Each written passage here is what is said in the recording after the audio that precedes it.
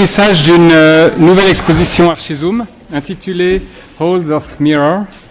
Cette exposition a été réalisée par l'artiste suédois Jonas Dahlberg.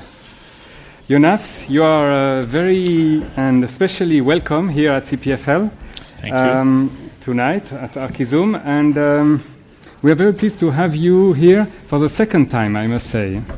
For the second time, because for those, not many people in the audience, I think, but for those who have been here since more than 8 years, before my time at Archizoom. Some really bad students might still be here. Yeah, maybe some bad students. You, so for these old-timer EPFL people, you may have seen the film Invisible Cities that was shown here in 2005. It was a film on these in-between cities. These cities not known, not very exciting, but where a large part of the world's population lives. And of which we never talk. You can see an extract of the film on Jonas Dahlberg's website, which you should do. And now we are presenting in the exhibition space, in the whole exhibition space, 9 videos produced by Jonas Dahlberg and one sound installation. It is the first time, it's a premiere at Archizoom, the first time that we have an artist solo show. So this exhibition was the same installation was presented in Kunsthalle in Göteborg last year, and you may be surprised to see it here in an exhibition space dedicated to architecture.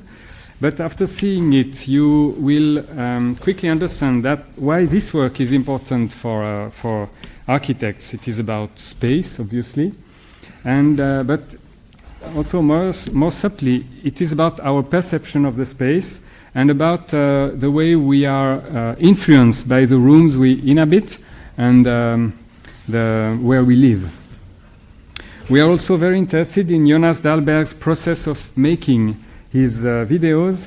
I have asked him to talk more about it tonight. For architecture, his work needs the model to exist in a way. And the model is not only used to represent reality, but it is a tool to express a concept.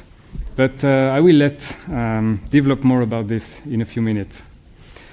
Before that, I will give you a few biographic elements. Jonas Dahlberg lives and works in Stockholm.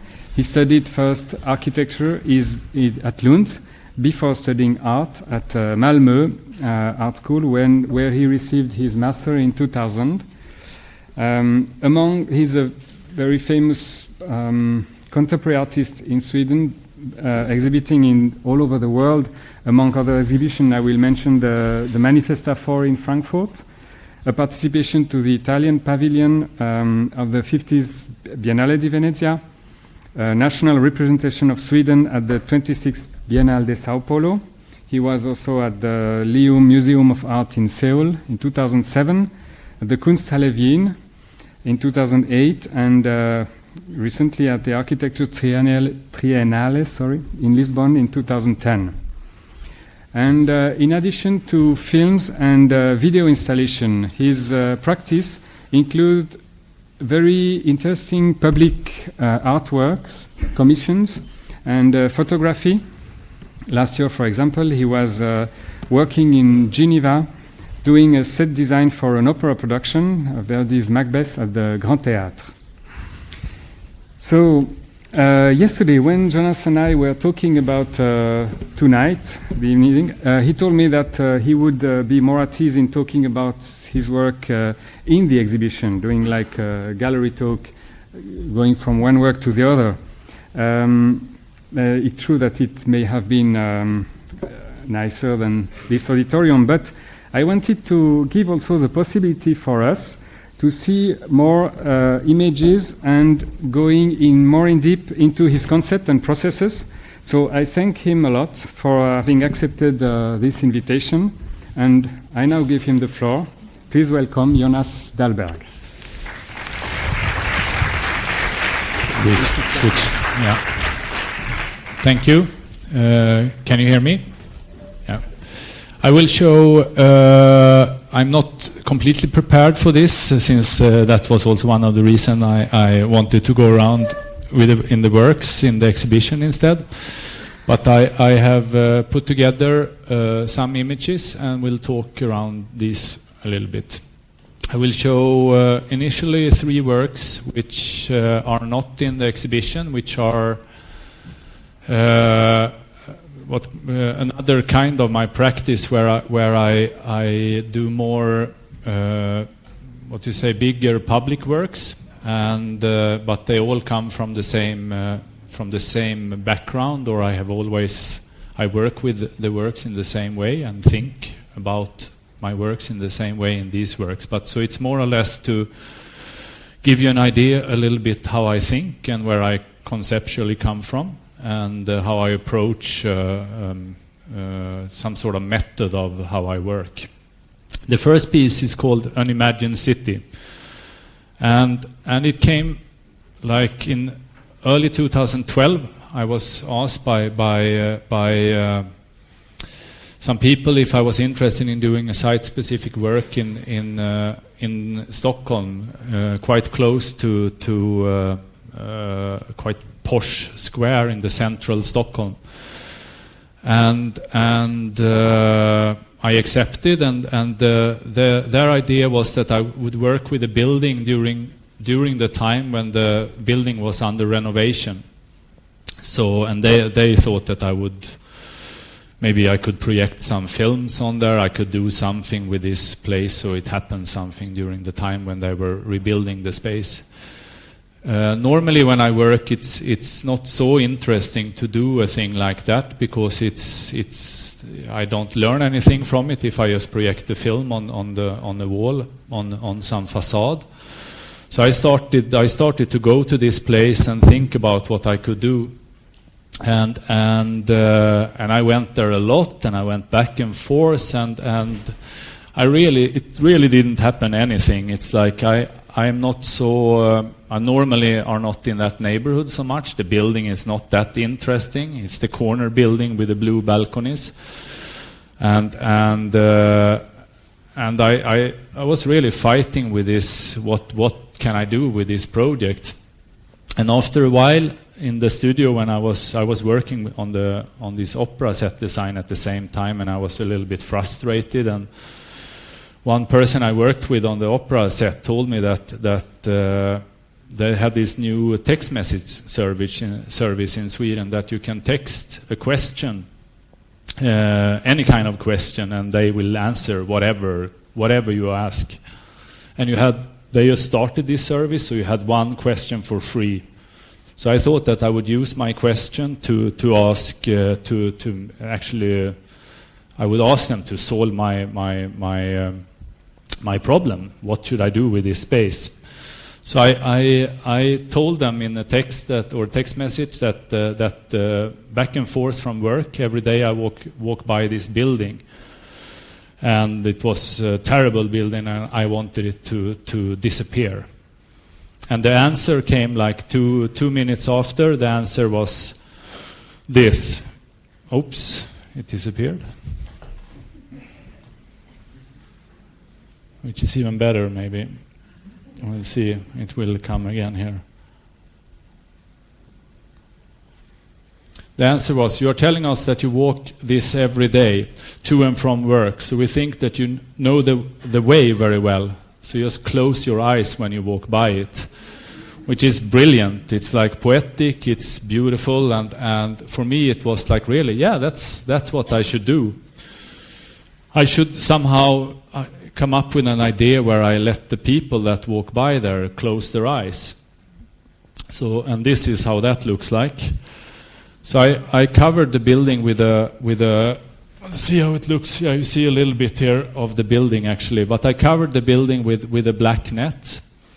So and it was up during the winter time in Sweden, which means that the building during nighttime, or when from 3-4 o'clock in the afternoon, the building just disappears. It becomes like a black hole. And some sort of my idea with that was both that it's twisted the question from the persons that have asked me to sort of give light and make this visible, and that it's always by showing something that you will tell something. So the idea was that to do the reverse, to sort of black it out, and instead it becomes things that you imagine. And it's also about that the building was formerly a post office, and now are rebuilt to become like luxury apartments with a loft on top. And normally when a building is changing form from a semi-public place to a private place, and they don't really change the facade so much, it's never a debate in the newspapers, or it's really not any discussion going on about it. People don't notice it. But if you tear a building down, it normally comes a lot of thoughts and discussions about it in the news, because you change the history, you change something that people are become frustrated or afraid of, and they start to think about what's happening with our city and so on. So the idea with also black the building out was that to sort of give the idea that from a couple of 100 meters or even closer to that, they couldn't see the building. It was that it was gone. So you start to think about basically what's happened there. Then in sequences, after a while, I put in these lights. So I put in some sort of abstract windows, very theatrical windows that shines down light beams on the street or on the pavement, and where you walk in, if you walk into the light beams, you also hear sounds, and the sounds you hear from this is descriptions of spaces and rooms and cities, and like people have remembered and told me, and so I started at the same time as this work. I started with a process of collecting memories from people. I sent out I can pass to that. I sent out a mail where I asked people to send me their memories from spaces, from films, and I didn't want them to describe the storyline or the characters or anything. I wanted them to describe architecture. So I wanted them to sort of walk through a city in their head and imagine, like if you imagine yourself now, like how you enter a city by an airport, or how you take a cab into the city or the train, and you arrive somewhere, you walk to the city, you walk around in the restaurant and so on. And then I wanted them to contemplate around all these spaces and to think and to see what kind of spaces that came up. And the first time when a space from a movie came up, I asked them, just describe it. It doesn't matter if it's like what is supposed to be a good movie or a bad movie. It's just whatever kind of movie, and describe the space and send it to me. Don't think too much. Don't be too sort of nervous to be right or wrong, or that I think you would be stupid because you're watching really bad movies and so on. And so I got all these memories, and I put them into an archive, which I then put into this. I made people read them in, and then I did the voice, or I had the directional sound from the windows, which goes down into the light beams. So outside the light beams, it's totally silent, and when you walk into one of these light sources, you really hear like a voice in your head. Each memory starts with "I remember." So it's like, and then each of these windows have their own, like their own, it's like an own chapter. So each of them are one of them could be all the memories that I got in, which is about someone walking in a city. Another chapter could be memories about countryside. Another could be about more connected to sound, to silence and emptiness. Another one could be, which I call haunted house, which is like inside some sort of building where you never get out. So at the same time that you walk into the beam, you also become like you become part of a quite cinematic scene from the outside. So people see someone standing there and listening on the voices, and it looks quite weird because they don't hear anything, and it's just like some people standing very still and listening. And at the same time, so you need to take the decision to be part of the cinematic scene to also get the information, because you need to stand there in the light and look up on this window. This piece is also presented in the show in a completely darked out space directly when you enter the space. So it means that when you enter Archizoom, you will go into blacked out space, and inside this space is 5 directional sound speakers. And so one needs to sort of search through the space to find the points where you will hear the sound. You will hear, and you will walk into people and so on, because it's quite dark in there. And inside, when you walk, you will hear like a mumbling sound when you come in. So it's not that it's completely completely silent, but you hear like mumbling sound, and then when you walk into the sound beam, you will hear the stories. So you need to try to walk around there a little bit, and don't use your cell phones too much to light up the space.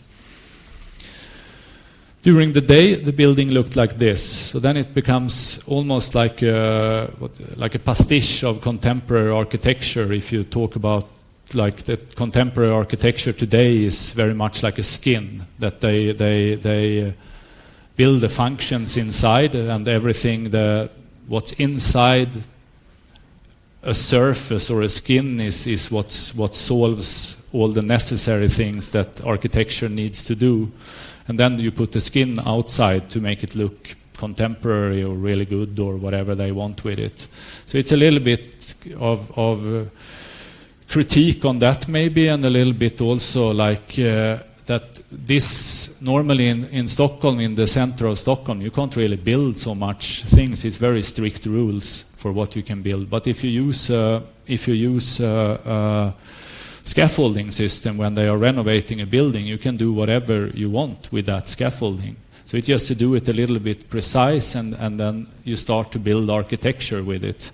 Even if my idea from the beginning was that it would be even sharper and even better, but it was quite tricky to work with a construction site and make an art piece with people which are not so, maybe they are more keen on making their building. But in the end, it worked out quite well, I think. I also can say that please interrupt me and ask questions of any kind. I don't have a prepared sort of talk, so it's very easy for me to stop and talk about things and discuss things. And also afterwards, of course, at the exhibition space.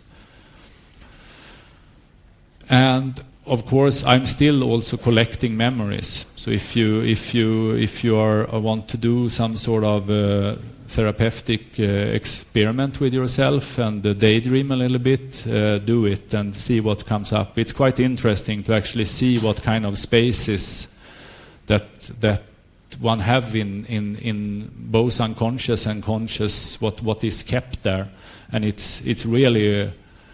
I thought when I started this archive, I thought that it would be a lot of memories from films from directors which are really, really good in working with architecture. The things like films where they actually use architecture really much to tell the story. But in the end, it's a lot of other spaces that ends up there where you connect to a space in a completely different way, and you think you connect to it, and it's quite weird spaces or little details sometimes that just stuck, and they stay there for a really long time. So here is, but that's probably not readable. Here is a little bit of the list of the different. So this is a little bit of an archive of where I listed the different rooms, and or an index. And you see under, like for example, bedroom to the right there, you see a list of all the films where I got in bedrooms from and so on. Unfortunately, it's not in alphabetic order, so it's a little bit tricky to find.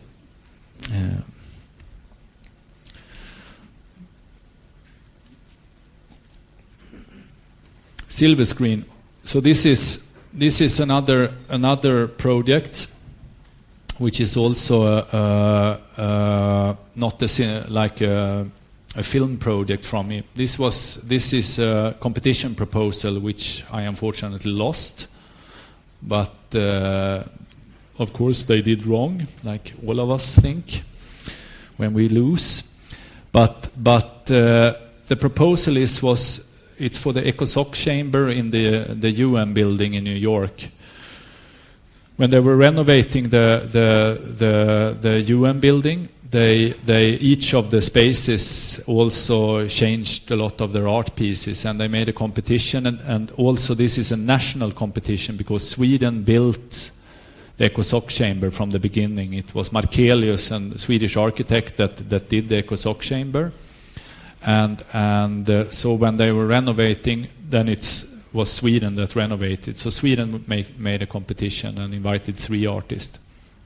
My proposal for the ECOSOC chamber was to produce a 19 to 5 meter big silver screen. Silver screen, which is the name of the old like the cinema screen, which you project films on. The silver screen in this case was reacting on or silver reacts on air and gets dark when it gets contact with air after a while. So I made a proposal where, let's see if I have it here, where I made a bitmap of an image, actually an image on the outside. So what you can see if my image was not there. The image unfortunately needs to be there, otherwise you have a killer view of East River and Brooklyn. But they always need to have that window covered, which is a little bit sad.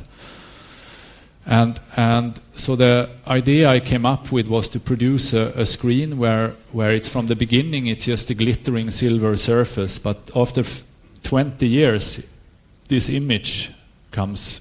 So it's during this process of 20 years the image comes like a really slow Polaroid image by the silver's reaction or how the silver react to air.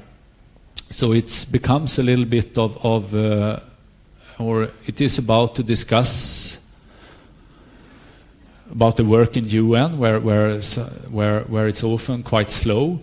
And maybe sometimes it's even too slow. So when they actually can get through with things, it's already too late, which many decisions in these kind of or situations are.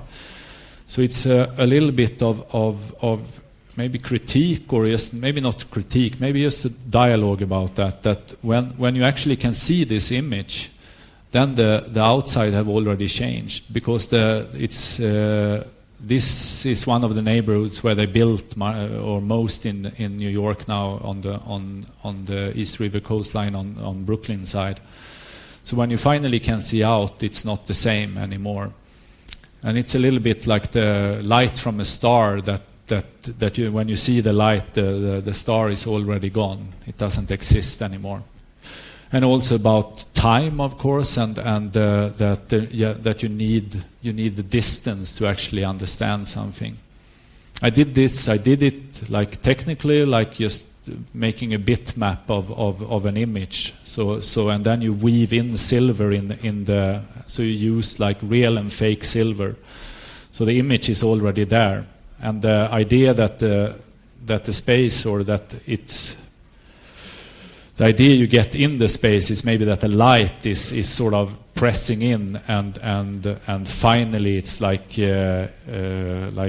what you say, I don't know the English word for that, but finally it's the image just like gets in there somehow. So it becomes like a photographic process a little bit, but in the end it's not. It's just air that reacts with silver. here is the image or the what will be on the screen in the end. They picked a drapery with triangle shapes on. That was the winner. I'm not bitter at all.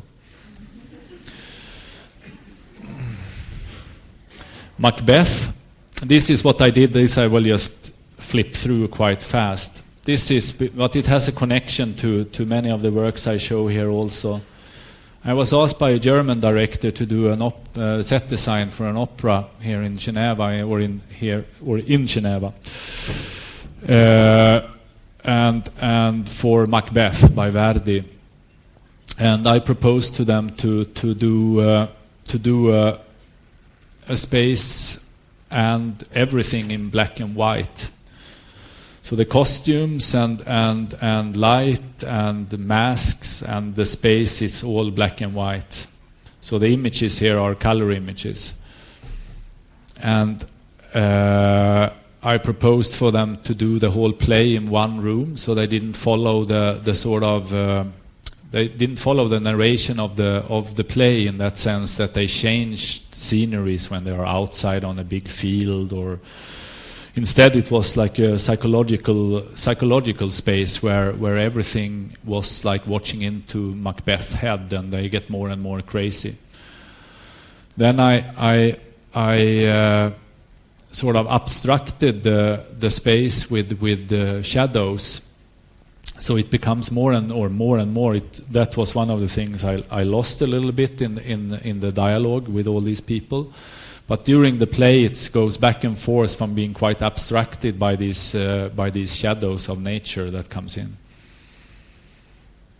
There one can see, right here one see a little bit of maybe color in their faces. It was a little bit, the trick is it was quite easy to do the light and the space in black and white, but the mask was really, really difficult. So in some of the people were really difficult to make black and white, basically. And it's also, and if you do it too much, it looks like it's Family Addams or something like that. It's not so successful. And it was a big, normally they also just work with maybe 5 or 6 the main singers. They really work much with the masks on, and now suddenly they have 100 people that they needed to prepare really well. So that was an enormous effort for them.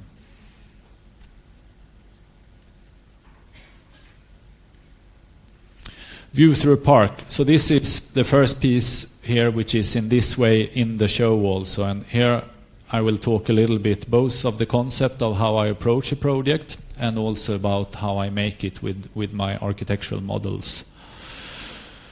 Here I was asked, in this, I always almost work in a quite site-specific way, that I get a question to come to a place or to a space, and I always react somehow with architecture. And here I was asked by a collector to produce a piece or to produce a new film piece in New York, and his space was around Gramercy Park, which is the only private park on Manhattan. So it's a little bit like a gated community, and around this park it's a lot of private clubs and very nice but luxurious building, and you have almost no access to any of these buildings.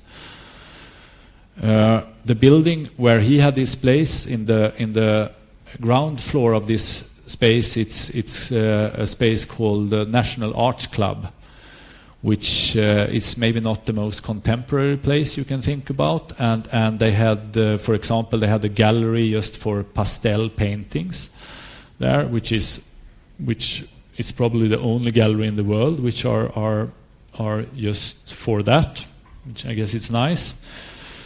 I came there and I met the boss or the president of the National Arts Club, and I asked him if I could film inside the club and film and photograph, and he said that was fine. I had a long meeting with him the first day, and the day after I came back there with all my equipment, and I walked over the line where it said like members only, And I had the guy running after me and screaming that it's like an enormous scandal. It's like, what are you doing? Why are you walking over the line? And I turned around, and it's the same guy that I had the meeting with.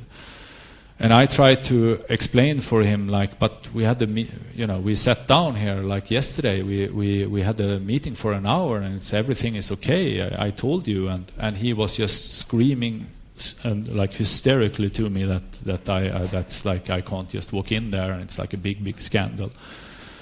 At the same time, it's the space is like has like 4 or 5 people sitting there reading the newspaper, and they don't even look up. So they just sit there, and I feel extremely uncomfortable in the whole situation. First, I don't really belong to this National Art Club.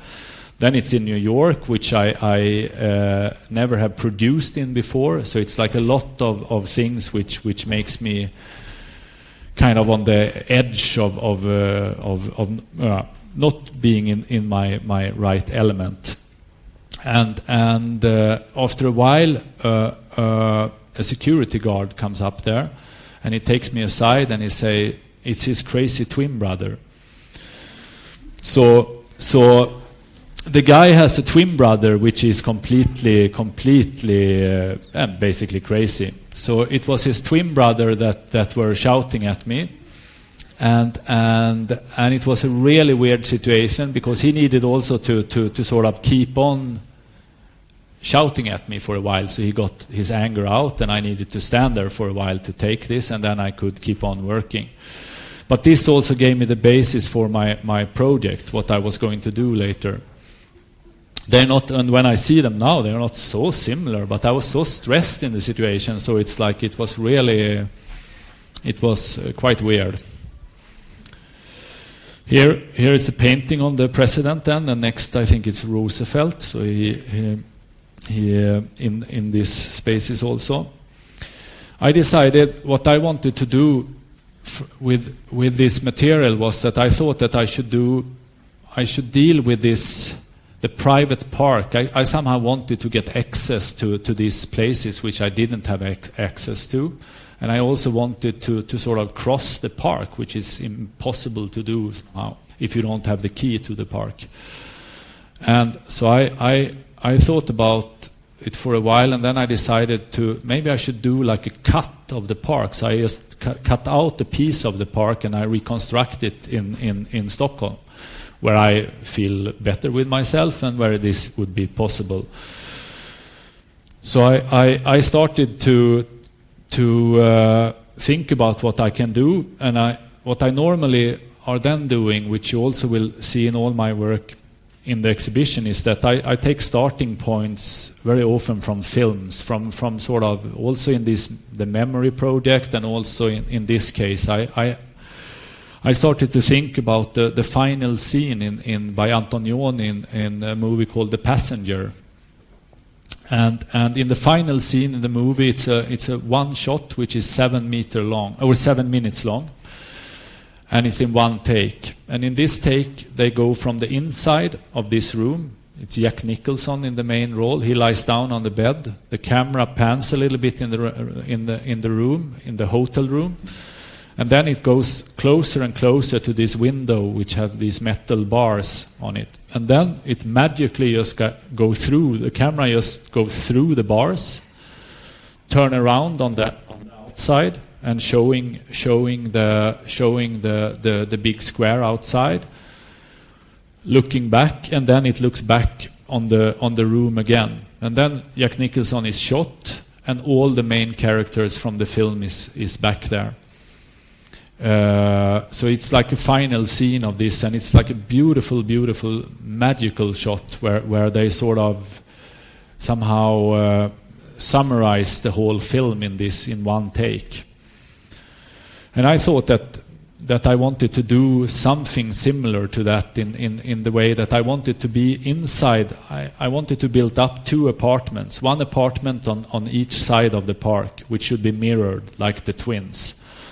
And then I wanted to go from one apartment, search through one apartment on one side, and then go through the window and cross the park and fly inside the apartment on the next side of the park, and do the similar search there, and then back again. And then just loop this gaze. So it's like being inside someone's gaze in this, and just stay there inside this sort of very closed, both closed in terms of gated community, but also that it's the houses. National Art Club felt like everything that came in there forever stayed there. It was like nothing ever left. It was like full of dust and different kind of objects, and it was really weird. It was also maybe why I wanted to do it in Sweden instead. I was afraid of never getting out there from there.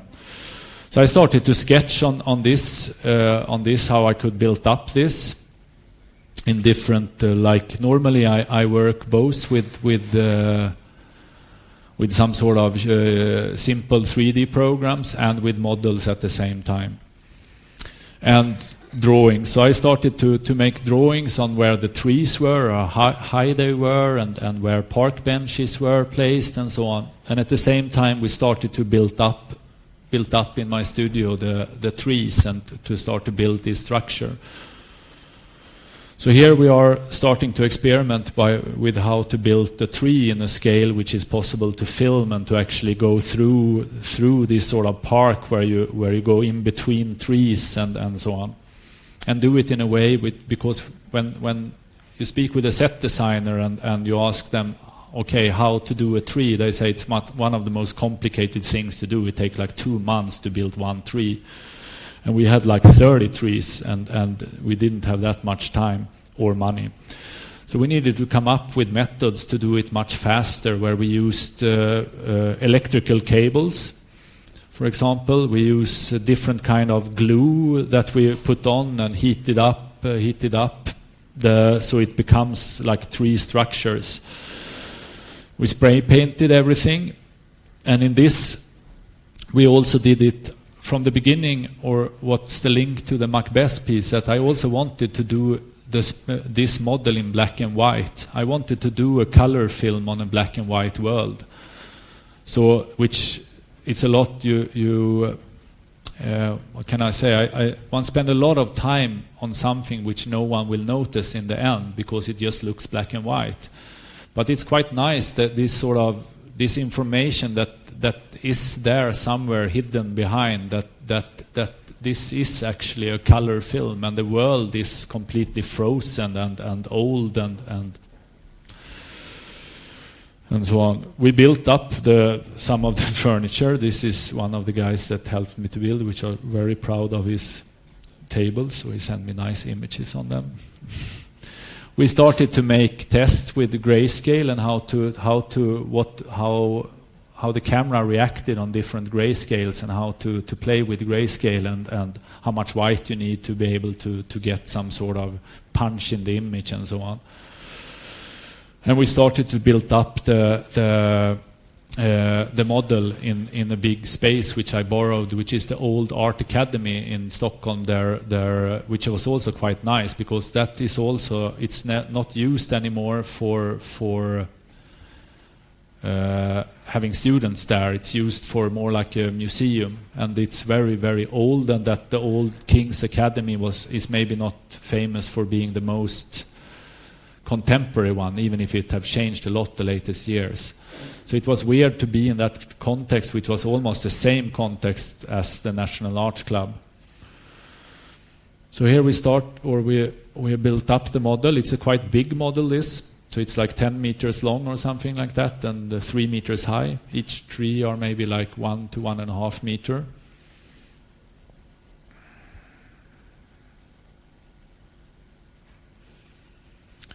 Why I use models here is when we have set up with light and so on.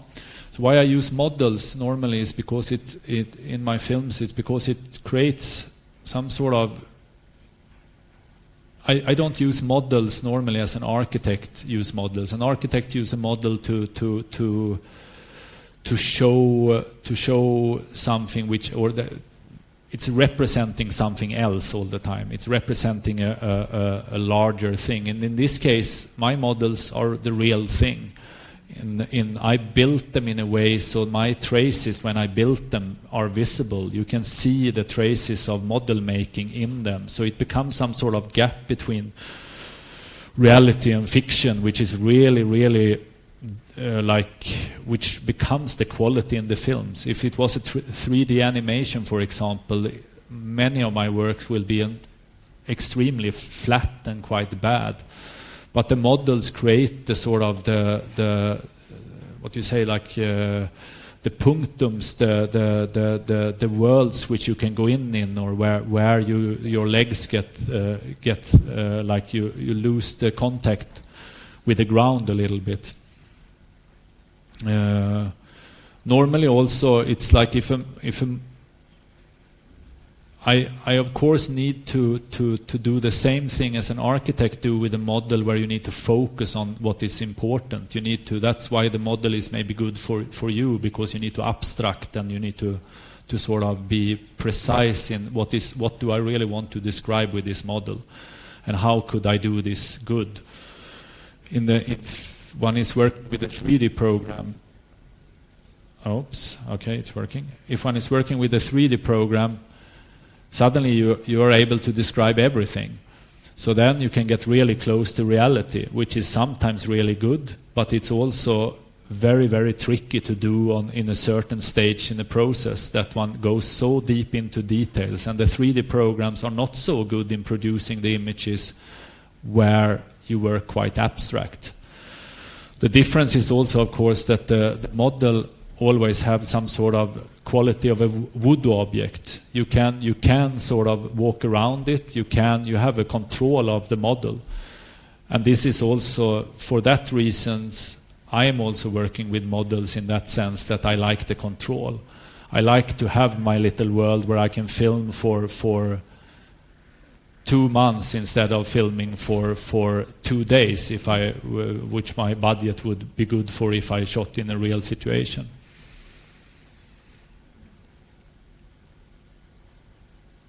So I use a crane here with the camera inside, and then we push the crane just between these two, and we lift off the trees. So it's like a continuous movement where you don't see a cut. So we sort of, when I come to a window where I go through the window, this is also a little bit weird presentation from me, because normally I would here show the films and talk about the films.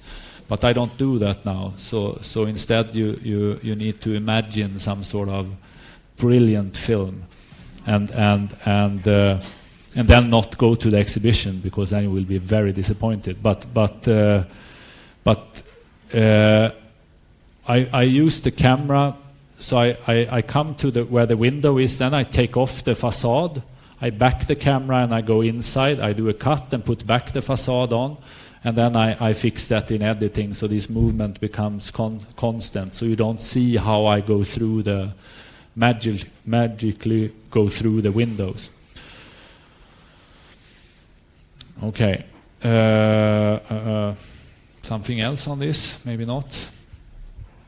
I show a couple of smaller projects also, where I work, which these are also in the show, and this I work also with models. This is called Untitled Vertical Sliding, and it's a panoptic. I can say it's a panoptic model. So it's a circular model where the camera turns around in the center of the model. I film it when I film it the model lying down. And as you see, it's not so high-tech how I do this. I have normal lamps, I have a normal cheap camera. It's extremely low budget, and it's super easy to do.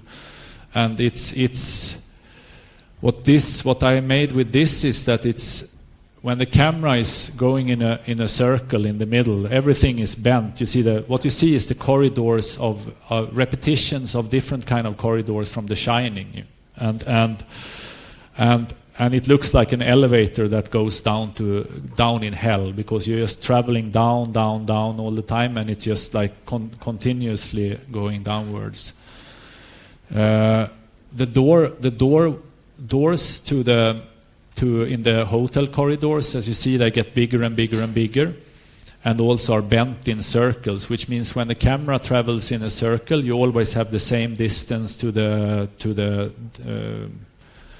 now I lost the mathematical description of that, but to the straight point on that. So so the camera travels in a circle and everything else is also circular, which makes it look straight basically in the camera. I use a lens which is a wide angle lens, so it's the wide angle bends back the sort of the circular shapes a little bit, and everything also becomes bigger and bigger in terms of the corridor for the same reason. So they becomes a little bit more, what do you say, dense and closed than you normally have them if they wouldn't have been looking like this. Another one of the same sort of concept. I did two of these. One is called horizontal sliding and one is called vertical sliding, or untitled vertical sliding. They have the titles from when I did my first show. I didn't have a title. This piece here is my final degree show from the Art Academy. And then I did my first show. It was in Italy, and I didn't want any titles. I didn't want them to be untitled. I just wanted it to be a space. That functions very bad in the art world. They need a title and they need a name and they need to print the catalog and it needs to say something there. So they wrote untitled. And then when I saw it on the sign outside the booth, I needed to do something, because I hate works which are called untitled if they are not really have a good idea with the untitled, because it becomes a really lame title. So I wrote in parentheses horizontal sliding, because that's what they're doing, and then I thought I will change this later. And then someone wrote about it and suddenly it's a title. So that's also why I have untitled vertical sliding on that, because then I needed to keep on with that kind of titling. This comes from the idea comes here from, I wanted to do a space, and this is maybe the entry point. This I did before vertical sliding, which I showed. So the idea is that I wanted to do a space that contained every other space. So I wanted to sort of produce, in some very simple way, produce a space where you travel through it, you will have. It feels like it's just endless, and it feels like every room exists, like Borges, like some sort of labyrinthic idea, and then by coincidence, my first point, and then of course the circle comes to you when you do that, and you start to draw these sort of cake shapes, structures to be able to built up spaces, and that also present what happens with it when I started to look at it, when I did my drawing, is that it becomes also an idea about panopticon, the idea about the Yale, where you have like Yale sails in like you have like centrally positioned, you have like a watchtower, and around the watchtower you have the Yale sails, and it's to minimize. It works like a surveillance camera basically. It means that the prisoners could always be seen, but they never know if anyone were looking, because it was just one person in the middle of in this watchtower, and of course he can't see everything at the same time. But it's so that was a sort of a lucky coincidence from my point, that it also put that level of surveillance and level of this or philosophical level of Bentham's panopticon. And it put a level on Foucault, and I got a lot of sort of layering on the works from that, which was quite nice to go into. Here is when I built it in my studio, and this is like it's like a zero budget project, which I still show a lot. This is when I film, and yeah, it's not so much to say about that. I think that is I have one more. This is also in the show then, Weightless Space. This I did together actually I worked with two works parallel. The Invisible Cities that Cyril talked about a little bit in the beginning, which was basically a movie where I fly through a city like I'm weightless and you don't see anyone there. And then I wanted to make a movie, because I had an idea that I should present two films at the same time, and one of them, the viewer should not have any connection to their body, and to be flying, like if you in Weightless or in Invisible Cities, you get a little bit like car sick after a while, because the camera is like floating around. And in Weightless Space, I wanted to do a movie where the room was without weightlessness, or was in a weightless situation. So I constructed a gyroscope. I came to some people and I said that I want to do this, and I brought with me one of these little, that you can shake and it snows, little Christmas thing. And I said, I want to do something like this, but in bigger scale, and if we connect the camera to it, so when you shake it, then you don't see that it's shaking, so it looks just like it's snowing. So it means that I built up a space which I put inside an aquarium, and the aquarium was fixed inside a gyroscope.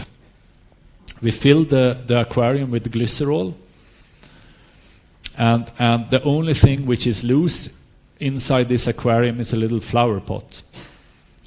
And when we rotate, here you see the camera set, that everything is fixed to the aquarium. So when we rotate this gyroscope, the only thing which is moving and floating around is this little flower pot. And it was enormous. Here is when we were filming. It was quite intense work to make this flower pot just floating around, which would have taken like 10 minutes in a 3D program. And I tried for a long time when we started to film. We got in all these air bubbles, and this was nothing I had planned on. And normally it is like that with most of my work, that the mistakes that happens in the process are the things which is the quality in the work, the things that I didn't think of. And for always I try to sort of get rid of these things for a while, and then I'm quite slow. So then after a while I realized that this is maybe pretty good. So I spent it like 2 weeks, I think, of getting away these air bubbles. And when I got them away, I just look at it and it looks terrible. It looks like it's nothing there. So then we spend another week in getting them back again. And what you will see in the exhibition space, it is with the air bubbles, which become some sort of planet system, which circles around this little flower pot, which are turning around in the space. I think that's it. If you want, I can show more images from other projects, but that's a little bit, or if you want to ask questions. Now I didn't talk either so much about conceptually about model making and why and so on. I think it was a very, very clear introduction, and if there are some questions, we can take some time. Yeah.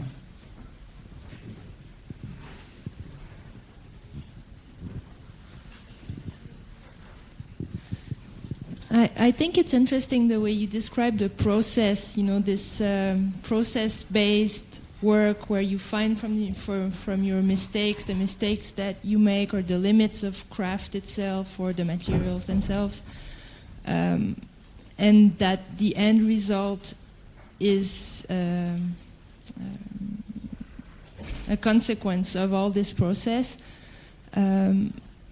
Do you see a parallel between this process of making something and the way we understand the space itself, or this idea that space is also created and process-based, and what would be those processes of making space, socially or individually, or?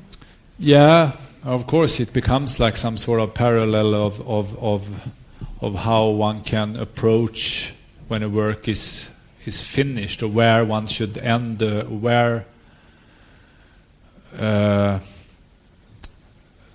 like if one talk about architecture, for example, then and one think that the architects are making the building, and everything is quite controlled, and everything is in a way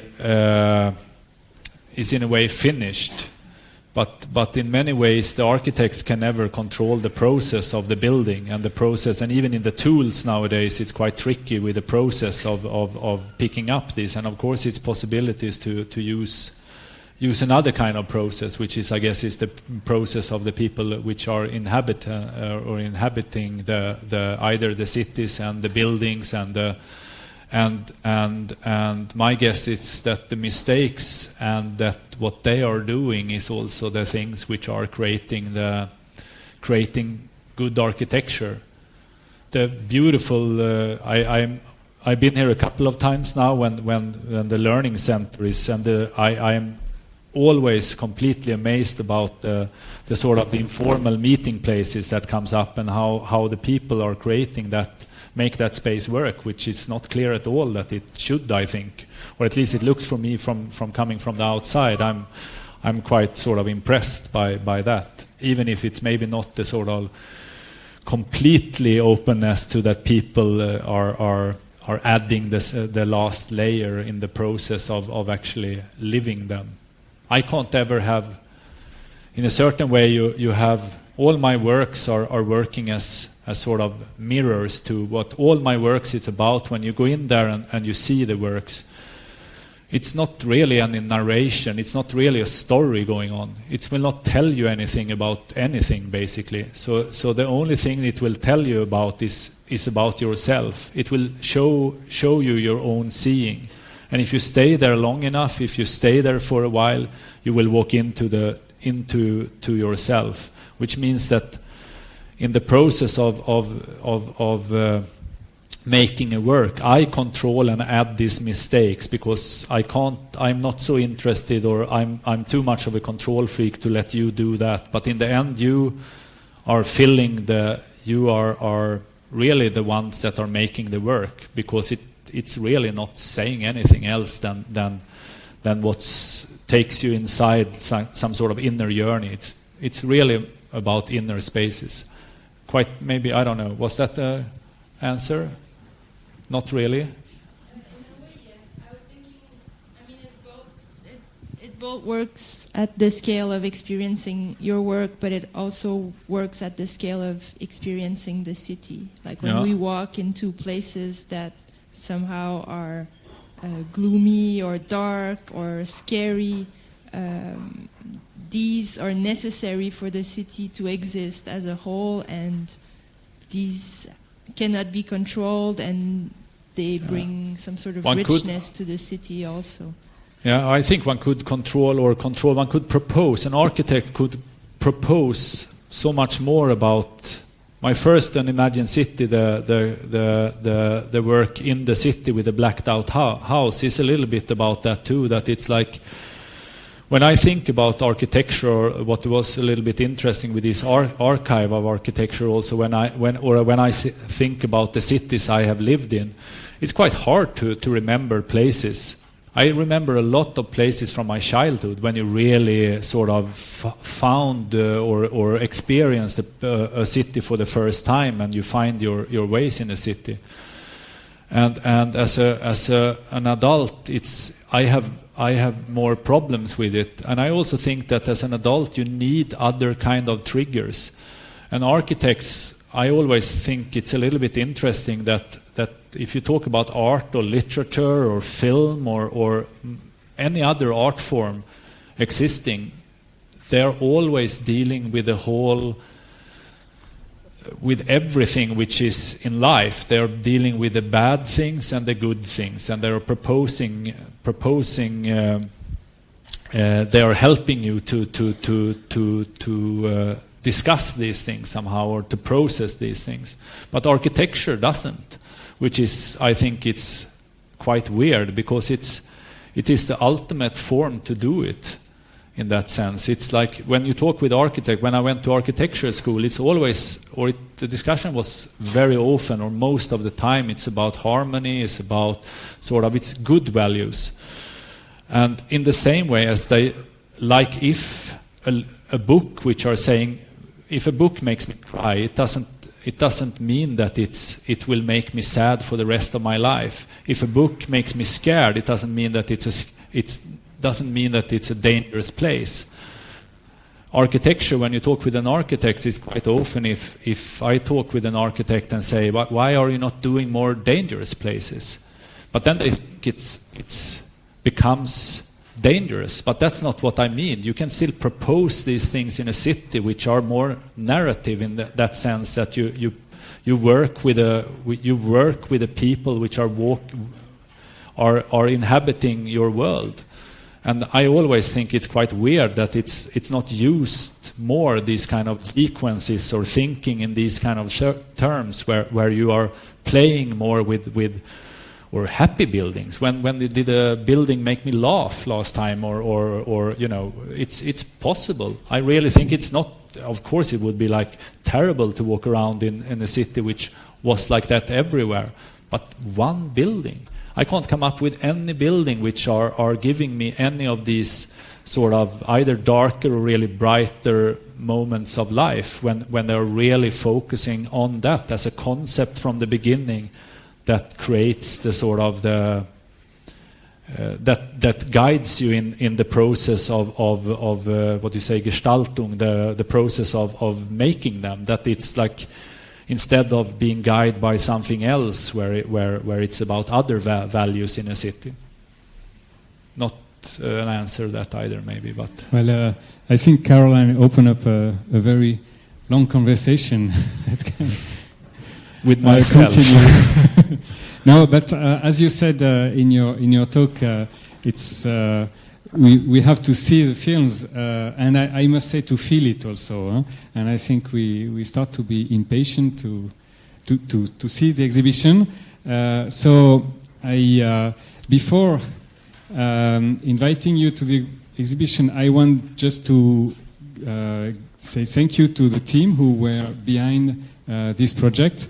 There is Radek, who put up all the technical installation, the graphic designer, Giorgio Pesce, Archizoom teams, Jean-Robert Gros, Pascal Luc, who prepared also the aperitif for you later, and all the students who work hard to put up the show. As everything went great. Yeah, so thank you so much. I have to say that too. It looks great, I think. Okay, we are very proud of it, and thank you, Jonas, for this lecture, for the show, and I wish you a very good evening. Thank you.